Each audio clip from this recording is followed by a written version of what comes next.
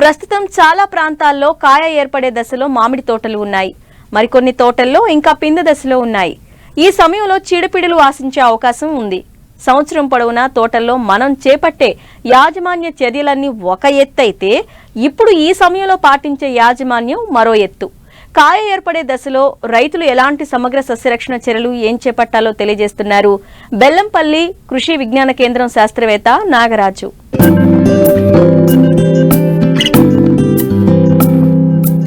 పండ్ల తోటల విస్తీర్ణంలో సగానికి సగం మామిడే. తెలుగు రాష్ట్రాల్లో దాదాపు 5,08,000 హెక్టార్లలో మామిడి తోటలు సాగుతున్నాయి. తోటలు ప్రస్తుతం కాయ ఏర్పడే దశలో ఉన్నాయి. ఈ ఏడాది వాతావరణ పరిస్థితులు అనుకూలంగా ఉండటంతో సకాలంలో పూత ప్రారంభమవడంతో రైతుల్లో ఉత్సాహం నింపుతోంది. అయితే పూత సమయంలో కాయ పెరిగే దశలో తెగుళ్లు, పురుగులు ఆశించి తోటలకు నష్టం చేస్తాయి. ప్రస్తుతం మామిడి తోటల్లో చేపట్టాల్సిన సమగ్ర సస్యరక్షణ చర్యల గురించి రైతులకు తెలియజేస్తున్నారు మంచిర్యాల జిల్లా బెల్లంపల్లి కృషి విజ్ఞాన కేంద్రం శాస్త్రవేత్త నాగరాజు. ప్రస్తుతం యాసంగిలో చూసుకున్నట్లయితే మనకు మామిడి పంట అనేది అతి ప్రధానమైనది పండ్ల తోటలలో మన తెలంగాణ రాష్ట్రంలో. అందులోనూ మన మంచిర్యాల జిల్లాలో ముఖ్యంగా ఈ మామిడి తోటలు అనేటివి దగ్గర ఒక 20,000 ఎకరాల్లో సాగవుతూ చాలా నాణ్యతతో కూడినటువంటి కాయను ఉత్పత్తి చేసే జిల్లాగా పేరు. అలాంటి మామిడిని సాగు చేసేటువంటి రైతులు ప్రస్తుతం కాయ ఏర్పడే దశలో ఉన్నటువంటి ఈ మామిడిలో సమగ్ర సస్యరక్షణ చర్యలు కనుక పాటించకపోతే మనకు దిగుబడులు అనేటివి అంటే చీడపీడలు ఆశించి దిగుబడులు అనేటివి గణనీయంగా తగ్గేటువంటి అవకాశం ఉంది. కాబట్టి రైతు సోదరులు ఎప్పటికప్పుడు చీడపీడల ఉధృతిని మనం గమనించుకుంటూ ఈ మామిడి సాగు చేపట్టవలసి ఉంటుంది.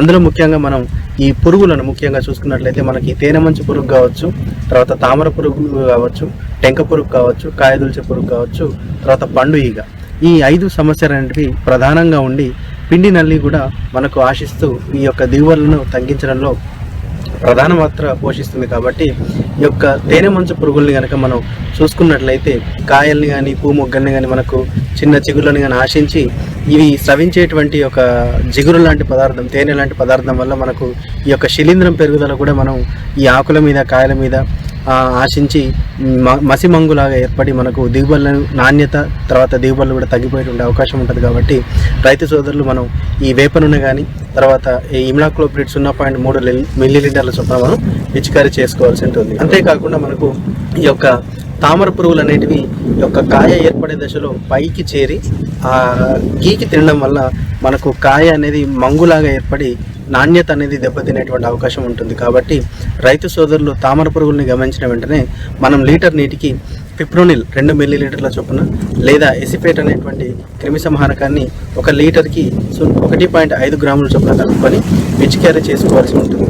అందులోనూ మనకు కాయ పక్వానికి వచ్చే దశలో మనకు ఈ యొక్క పండు ఈగ ఆశించి కాయ లోపట చేరి తినడం వల్ల కాయ అనేది గుల్లగా మారి నాణ్యత అనేది తర్వాత దిగుబడి అనేది గణనీయంగా తగ్గిపోయేటువంటి అవకాశం ఉంటుంది. కాబట్టి ఈ యొక్క పండు ఈగ యొక్క ఉధృతిని మనం నివారించుకోవడానికి 2 పద్ధతులు, ఒకటి రసాయనిక క్రిమి సంహారకాలు పిచికారీ చేసుకోవడం, లేదంటే మనం ఎరలు లింగాకర్షక బుట్టలు లాంటి ఎరలు పెట్టుకోవడం అనేది, పండు ఈగ ఎరలు పెట్టుకోవడం అనేది ఒక ప్రధానమైనటువంటి యాజమాన్య పద్ధతి.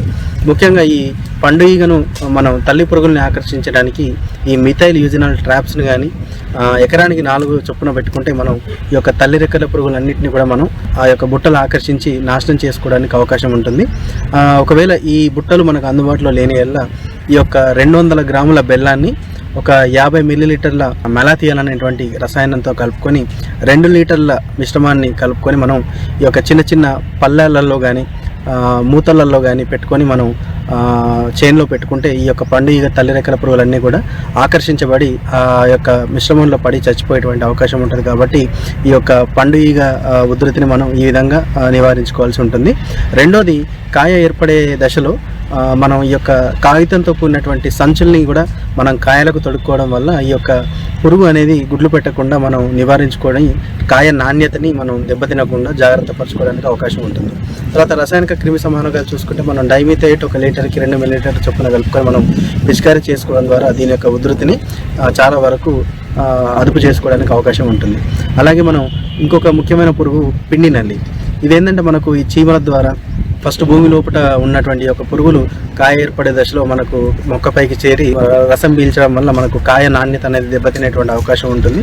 కాబట్టి దీని నివారణకు మనకు ఒక డైక్లోరోవాస్ అనేటువంటి మందుని 2 మిల్లీలీటర్ల చొప్పున కలుపుకొని మనం పిచికారీ చేసుకోవాల్సి ఉంటుంది.